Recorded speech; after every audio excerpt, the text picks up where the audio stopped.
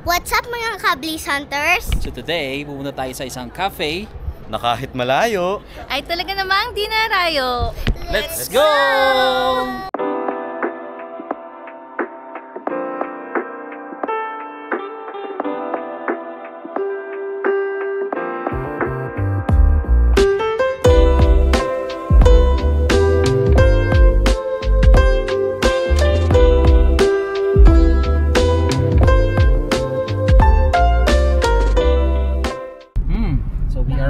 Hour kasi pupunta tayo sa isang coffee shop kung saan makakakita tayong napakagandang view.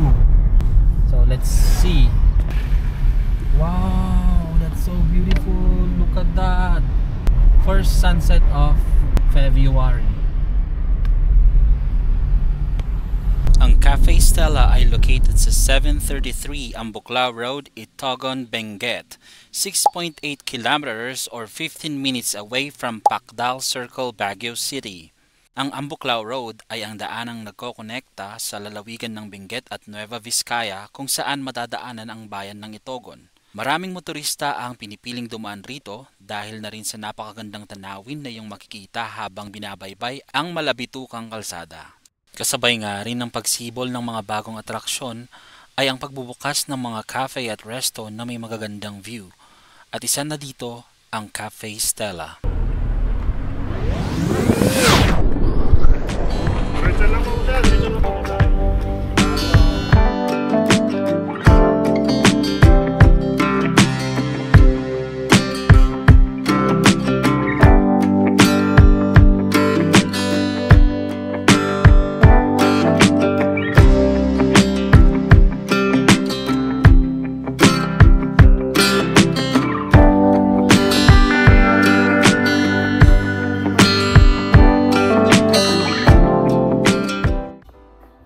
Okay, so nandito na ang aming order.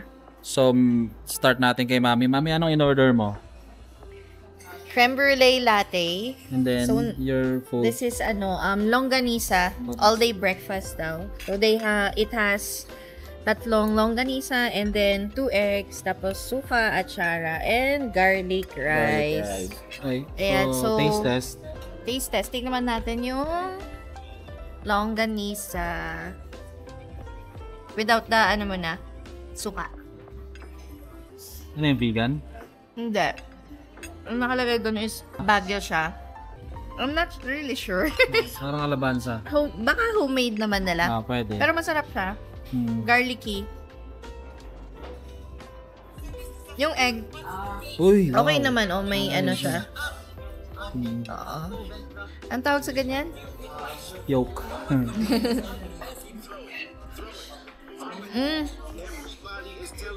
Hindi seasoned yung egg. Oo. Yung suka. Okay. Sarap yung suka. Oo. Saka ka mag-coffee. Ano yung... Best pair siya sa... After ko tikman yung suka. Oo. Ano yan? Tikman ko yung coffee. Creme brulee. Creme brulee. Ayan. May whipped cream na torch. Tapos sabi may egg daw or... Tapos sa ilalim parang yung caramel niya yan. Oo.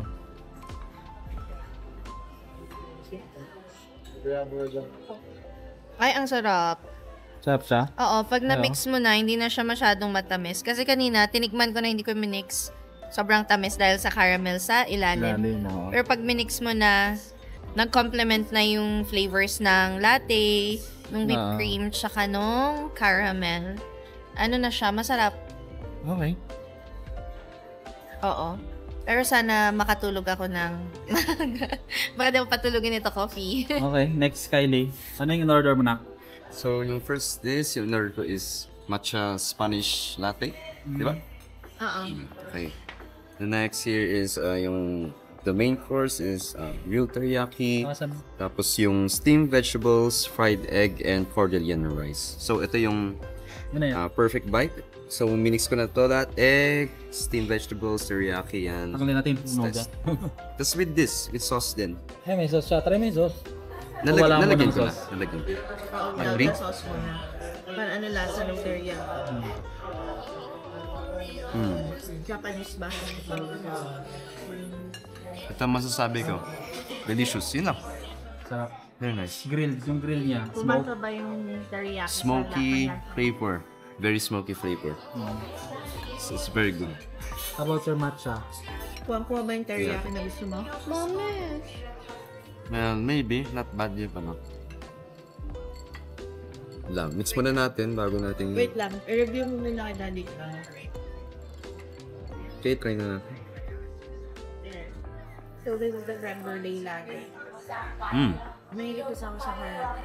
So sweet. Something Tapos yung sweet na ina-overpower yung matcha taste niya. So hindi mo masyadong malalasahan yung mapait. Pero yes, masarap siya. Masakit sa lalamunan natin. yung shot niya, espresso shot. So, How about you, hindi Cassie? ka nang tagpas. How was your food? What did you order?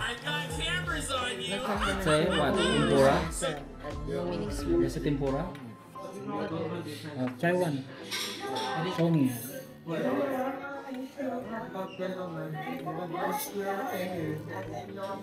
How does it taste like? Ito yung longganisa It's good all-day breakfast. Good. and it's crunchy. Crunchy. So that's a good. You like it? Nakakanood niya. Ito. So, yung sa akin, bangus, daing na bangus boneless with garlic rice. So, ito, brown rice or tortillaran rice to kasi medyo meron siyang mga may atsara din siya. And then meron siyang egg. Dalawang egg actually. Then may suka. Walang lasa masyado yung suka. Pero try natin pagkano. Then yung sa drinks ko. Anong tawag dito sa drinks ko? Ayun, green apple. Parang gano'n eh. Wait lang, hanapin ko nga. Ayun, Sunrise Orchard fruit soda. So, yun, green apple. Tapos may iba-ibang klase ng berry. Tapos yung soda water. So, titikman ko lang. Siyempre, yung chan kagad. Yan, no?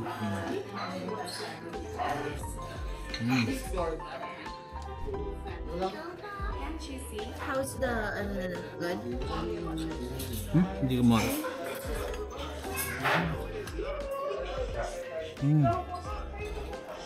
Buttered by bread is good.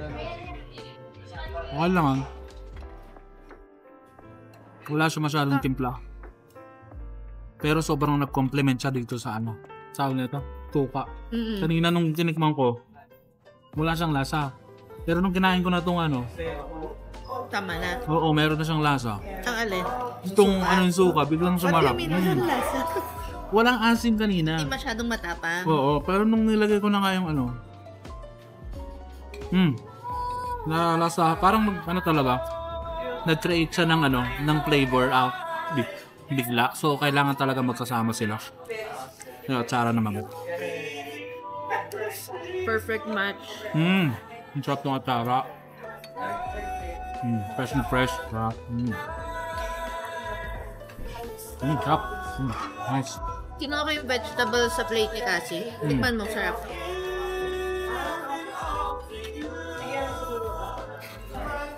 Sabi mo kasi So, ito yung veggies ng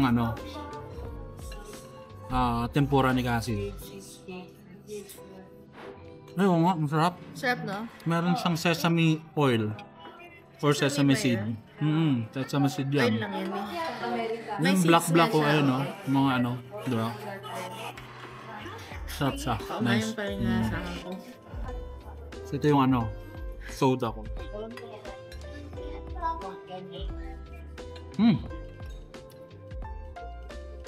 Halo-halo na yung masarap siya para siyang ibang version ng Four Seasons. Parang ganun.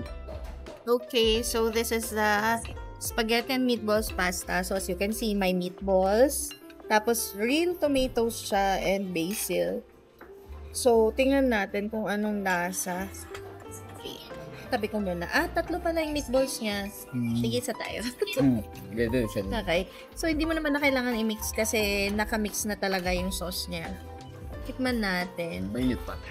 Real tomatoes daw is.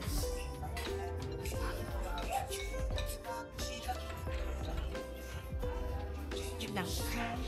Ang dami kaya tinangan din.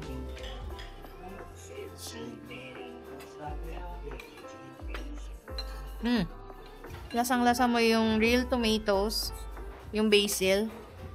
Hindi siya yung lutong bahay na spaghetti. Parang Italian style. talaga. Italian style. Yung natikman natin sa isang resto sa Outlook Drive. Parang gano'n. Ayun. So, hindi siya masyadong malasa na tomato sauce talaga.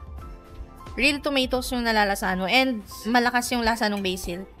The bread. Let's see the bread. Ang tawag sa bread na yan? I don't know. Garlic bread. Tingnan natin kung may garlic. Baguette? Ang garlic. Oh, sa baguette naman to Baguette yun ano yan, Parang inalo lang siya. Tinoast lang. Pero wala siyang timpla. Yung meatballs. Tikman natin. So yan, meatball naman. So beef siya? Pero may garlic. Hindi siya beef. Parang pork. Pork siya. Okay. Tignan mo nga kung beef or pork. Hindi ko alam paano determine.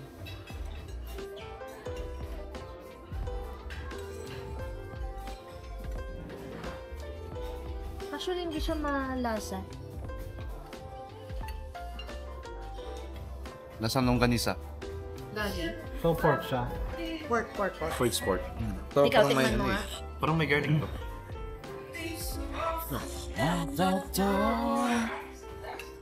Baka maano tayo dito yung background music. Yun naman siguro kasi iba-iba naman eh. Meatballs. Pork, di ba?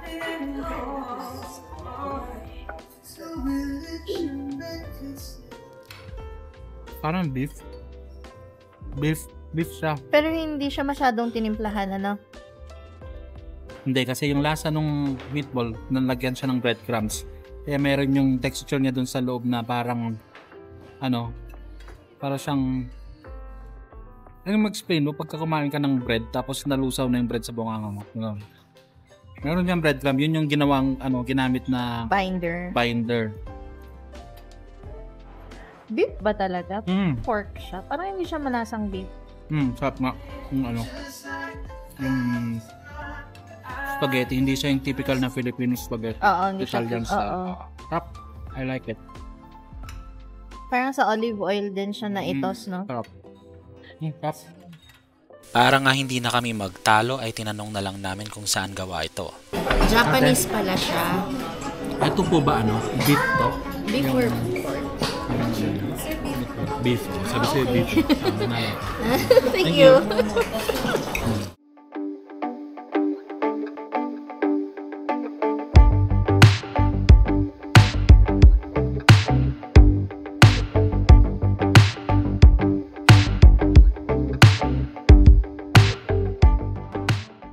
So guys, tapos na ako agad. 5 minutes pa lang. Naubos ko na. Tapos, para sa akin, yung restaurant na to, it's a must. Parang babalikan ko to kung may chance ako. Kasi, in fairness, masarap yung pagkain, mabis pa yung service. Not bad. Grabe, may exam pa lang ngayon. Hindi ka Hindi nakapag-review. Quality of food. Excellent na lang kasi Excellent, oh, yes. satisfied naman tayo. Oo, masarap naman. Appearance of food, excellent. Quality of drinks. What's the quality of drinks? Quality of drinks. Excellent. Yeah. Oh yeah, it's excellent para sa akin. Then what about the appearance of drinks? What? Yes, excellent then. Value for money, good. Oh. It's good. What's- Friendliness of staff, excellent. Actually, mabilis silang gumalaw. Cleanliness of cafe, excellent. Excellent. Cleanliness of bathroom, Yeah. Excellent. yes, excellent. Cafe ambience, excellent. Overall, yeah, everything is good. How else can we improve? More food for kids. Kasi maraming families na nagpupunta. Wait.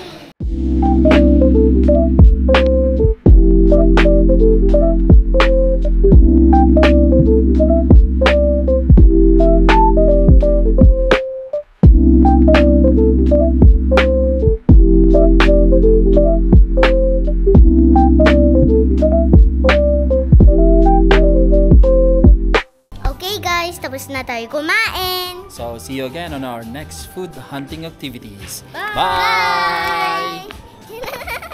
Uwian na. Yes! Uwi!